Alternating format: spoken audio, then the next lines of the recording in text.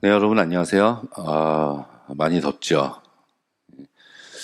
어떨 땐 물이 너무 많고, 어떨 땐 더위가 너무 많은 계절인데, 건강 조심하시기 바랍니다. 오늘은 44번째 시간으로 구약 윤리에 대해서 잠깐 한번 살펴보고 가는 시간을 갖도록 해볼게요. 모든 학문에도 어떤 윤리라는 과목이 있죠. 이게 일반적인 과목인데 서브젝트. 근데 구약 윤리라는 것도 있습니다. 구약 성서에서 윤리적인 측면을 우리가 조금 발견하자는 것인데, 이것은 무엇을 믿느냐보다 믿는 사람은 어떻게 행동해야 되느냐, 우리가 어떻게 살아가야 되느냐, 이런 문제를 담고 있는 것이 구약 윤리라고 보여져요. 이것은 세 가지와 관계가 있습니다. 성서를 보면 하나는 하나님과 내가 어떤 관계 속에서 살아가야 되는가, 또는 내 이웃과, 두 번째는 어떻게 살아가야 되는가, 세 번째는 하나님께서 지으신 이 피조 세계와 내가 어떤 관계 속에서 사는 것이 마땅한 사람의 삶의 도리이자 방법인가, 이것을 알아보는 학문이 이 구약 윤리다라고 볼 수가 있습니다. 그래서 이제 좋게 말하면 하나님의 뜻에 복종하면서 하나님을 기쁘시게 하는 삶, 거룩하신 하나님에 어울리는 거룩한 삶을 사는 것. 그러니까 내가 거룩하니 너희도 거룩하라. 여기에 굉장히 자주 나오는 말씀이죠.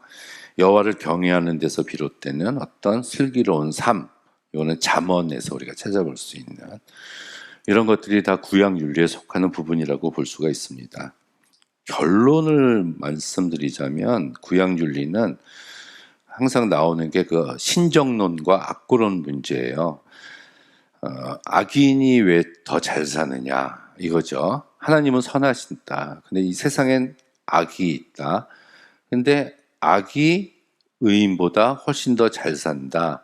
그들은 평생 배부르게 잘 먹고 자녀들도 건강하고 평생 걱정 없이 살다가 죽을 때도 편안하게 죽더라. 하나님을 안 믿었는데, 자, 이런 문제들. 근데 나는 열심히 하나님을 믿는데도 엄청난 고난이 찾아오고 있다는 이런 문제. 이거는 뭐 인류에게 있어서 보편적인, 기본적인 어느 민족 누구에게나 가지고 있는 그런 고민이었어요. 그런데 그런 우리 인간의 머리로서는 이해할 수 없는 그런 상황이 벌어진다고 할지라도 우리는 하나님을 의심하지 말고, 그리고 하나님을 믿고 따라가야 된다. 이런 것들이 구약 윤리의 주제인 것 같아요. 특별히 뭐 이사야, 아모스, 호세아 이런 예언자들은 윤리적인 삶이 따르지 않는 예배드리는 종교 생활들에 대해서는 아주 심각하게 비판을 한 사람입니다. 그래서 순종이 제사보다 낫고 이런 말 나오잖아요. 내가 하나님께 무엇을 가지고 나아갈까? 뭐 천천의 수양을 가지고 갈까? 만만의 기름을 가지고 나갈까? 내 몸의 일부를 드릴까? 내 맏아들 하나님께 드릴까? 그런데 하나님이 원하시는 것은 오직 공의를 행하고 인자를 사랑하고 겸손히 하나님과 동행하는 거다. 이게 미가가 6장 8절에서 이야기하고 있는 것을 놓고 보면, 그 이외에도 다른 예언자들의 말씀을 놓고 보면, 하나님께 절기, 성회, 예배, 주일, 안식일로 보여서 예배 드리는 것보다 일상적인 생활에서의 삶이 굉장히 중요하다, 이렇게 이야기를 하고 있어요. 그들의 메시지는. 그래서 이런 부분을 우리가 좀 봐야 되고, 특별히 뭐 그런 얘기들 있죠. 내가 잘못하면 3, 4대까지 저주를 내린다, 이런 표현들. 거기서 3, 4대라는 의미는 태어나지도 않은 후손들에게 저주를 내린다. 뭐 각에 흐르는 저주. 그래서 그런 말씀이 아니고, 당시에는 3, 4대가 같이 살았어요. 같이 3, 4대가 결혼을 아주 빨리 해서 애를 아주 빨리 낳았거든요. 그래서 이것은 태어나지도 않은 사람이 저주가 임한다는 게 아니라, 같이 살고 있는 너희 공동체, 너희 가족 공동체에게 영향이 미친다, 이런 뜻으로 우리가 해석을 해야 됩니다. 그것을 놓고 보면은 이 구약 윤리는 개인 윤리보다 성서에서는 공동체 윤리를 강조하고 있는 부분들을 우리는 훨씬 더 많이 발견을 할 수가 있습니다. 근데 구약은 이스라엘 백성들에게 주어진 말씀이니까 1차적으로 그 이스라엘 백성들이 지켜야 될 것이 아니냐, 우리가 특수성이라고 얘기합니다. 근데 성서는 이스라엘 사람들만 지켜야 되는 게 아니죠. 그 후손인 믿는 우리들에게도 당연히 적용되는 삶이고, 또 구약에서도 하나님은 이스라엘만의 하나님이 아니라 이방, 열국, 만국의 하나님, 또 세상을 심판하시는 하나님으로 등장을 하고 있기 때문에 모든 사람들에 속한다고 볼 수가 있습니다. 첫 번째로 이 공동체 윤리. 자, 계약을 맺어도 개인이 하나님과 계약을 맺는 게 아니라 이스라엘 백성 전체가 하나님과 계약을 맺었어요. 그래서 3, 4대 말씀드린 것처럼 이 구약의 윤리는 그 구성원들 공동체들 간의 평화의 공동체, 하나님의 사랑과 공의가 반영되는 이런 공동체를 이루는 것이 핵심이다 볼 수가 있습니다. 그래서 공동체 윤리, 제가 몇 가지 주제를 뽑아왔는데, 두 번째는 창조 질서의 윤리라고 이렇게 얘기해서 하나님과 인간과의 관계, 인간과 인간, 인간과 자연과의 관계를 한번 나눠봤어요. 일단 처음 하나님과 인간의 관계는 질문이 필요 없는 관계다. 왜냐하면 아담이 하나님께 당신은 누구십니까? 라고 절대적으로 물어보지 않아요. 대화와 사귐의 관계였을 때 하나님이 인간에게 먼저 이야기하는 이런 관계다라고 볼 수가 있습니다. 그리고 자연세계도 약탈의 대상, 우리가 정복하는 대상이 아니라 하나님의 의도가 잘 반영되도록 지키고 관리하는 대상이다. 이렇게 얘기를 해주고 있고요. 인간과 인간 관계에 있어서는 서도 하나님이 인간을 주도하는 관계라고 볼 수가 있어요. 사실 하나님과 아담이 같이 살았을 때 아담이 한 일은 하나도 없어요. 아담이 혼자 있는 것이 좋지 않다고 생각하시는 분도 하나님이에요. 그래서 돕는 배필을 짓기로 만들기로 결정하시는 분도 하나님이고, 그 여자를 만드신 것도 하나님이다. 그래서 이 창조 질서에는 전적으로 우리가 하나님만 의지하고 하나님의 말씀을 들어야 되는 이런 주권적인 관계를 설명해주고 있다고 볼 수가 있습니다. 말씀드린 대로 세 번째, 인간과 자연세계와의 관계. 그래서 잘 관리해야 된다는 거. 마지막, 자연세계를 하나님이 먼저 창조하시고 인간을 제일 마지막에 창조하셨다는 거. 근데 처음에 아담을 만드실 때 자연의 일부였던 흙으로 만드셨다는 거. 그리고 그 창조된 사람은 온 지면에 널려있는 채소, 나무 같은 것에서 식량을 얻고 의존해야 된다는 것. 이거는 인간들의 삶은 자연세계를 겸허하게 받아들이는 것이라고 볼 수가 있습니다. 그래서 하나님의 대리인으로서 자연세계를 잘 돌볼 책임이 있고, 그래서 잘 관리해야 된다. 이것이 창조 질서의 윤리라고 볼 수가 있어요. 구약 성서에서 말하는 경제를 볼까요? 이 땅에 있는 모든 재물은 다 하나님께 속한 것이다. 이렇게 이야기를 하고 있고요. 그 대표적인 것이 신연법입니다. 땅은 하나님 거예요. 인간의 것은 그 땅에서 소작되는 소작물, 1년 동안 농사에서 거둘 수 있는 수확물이 인간의 거고, 근데 우리가 이제 남의 토지를 빌려서 쓰면은 토지세를 내잖아요. 그것처럼 10분의 1을 하나님이 주인이니까 하나님께 낸다는 그런 개념이에요.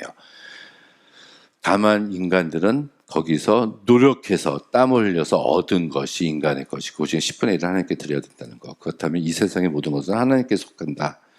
두 번째는 이웃과 나누어서 사용해야 된다. 이거는 뭐 여러 군데서 나오고 있죠.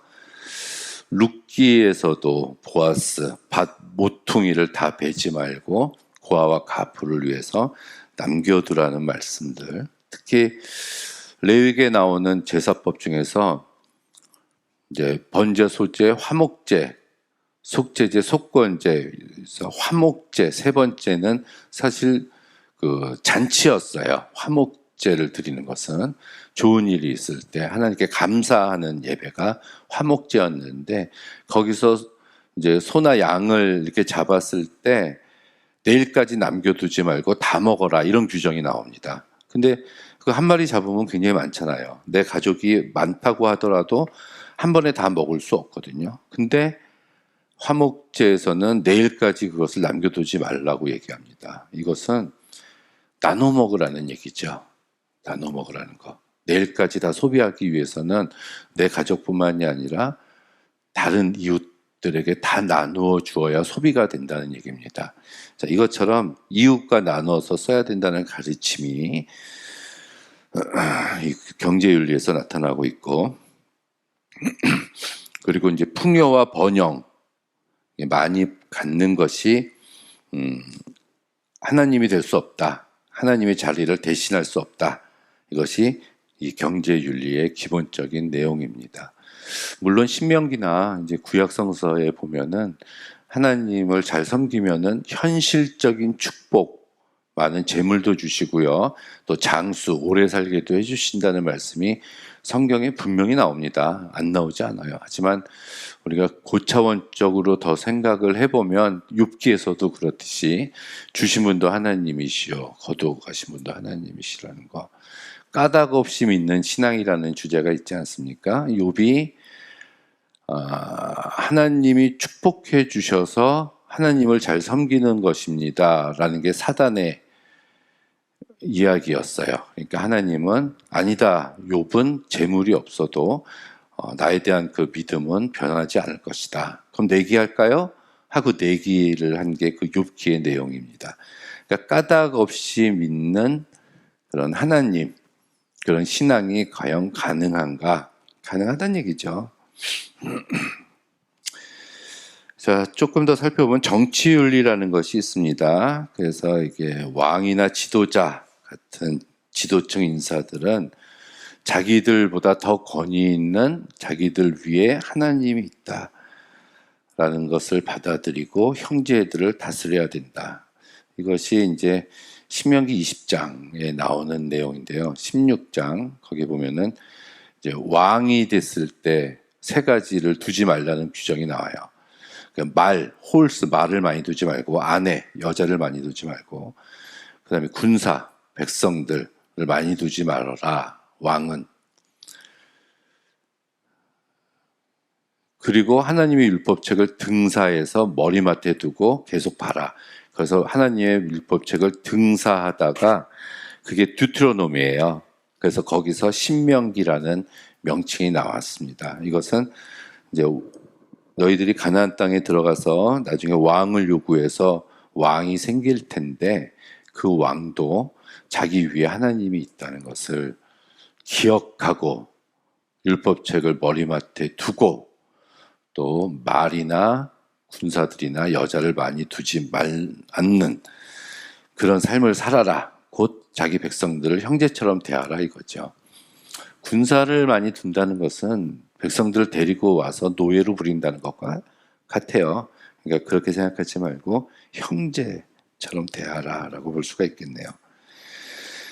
사회윤리, 약자 존중의 윤리, 이것은 구약에서 아무리 강조해도 지나치지 않는 부분들이에요. 고아, 과부, 나그네, 종, 가난한 자들을 지켜주고 그들의 권리를 옹호해주고 그들의 우리 찾아가야 될 자리 같은 것들을 찾도록 도와주어야 된다. 이렇게 이야기를 합니다. 이것이 교회가 해야 될 일이고요. 믿는 자들이 해야 될 일입니다. 교회 안에서 약한 사람, 사회적으로 약한 사람들에 대한 책임이 우리에게 있고 하나님이 나에게 무언가를 주셨다면 그것을 가지고 그 일을 하라고 하나님이 주셨다고 저는 생각을 해요. 그래서 우리나라에 와 있는 외국인 노동자들, 실직한 이웃들, 특별히 몸에 불편이 있는 사람들에 대한 책임을 져라 하는 것이 구약윤리고요. 그래서 이제 구체적으로는 가족이나 친족 구성원에 대한 윤리로 후손 없이 죽은 남자의 대를 이어주는 계대결혼법이고, 가난해서 판 땅을 다시 사서 주는 일, 그걸 이제 고엘 제도라고 얘기를 하거든요. 이것처럼 그 가족 공동체를 지키기 위한, 가족의 약한 자들을 지키기 위한 이런 윤리들도 이들한테 존재를 해왔습니다. 자, 뭐 구약 성서 전체가 사실은 이런 윤리적인 성격을 이야기하고 있다고 저는 생각을 합니다. 이런 것들은 앞으로 조금 더 세분해서 살펴보는 시간을 갖도록 해볼게요. 예, 감사합니다.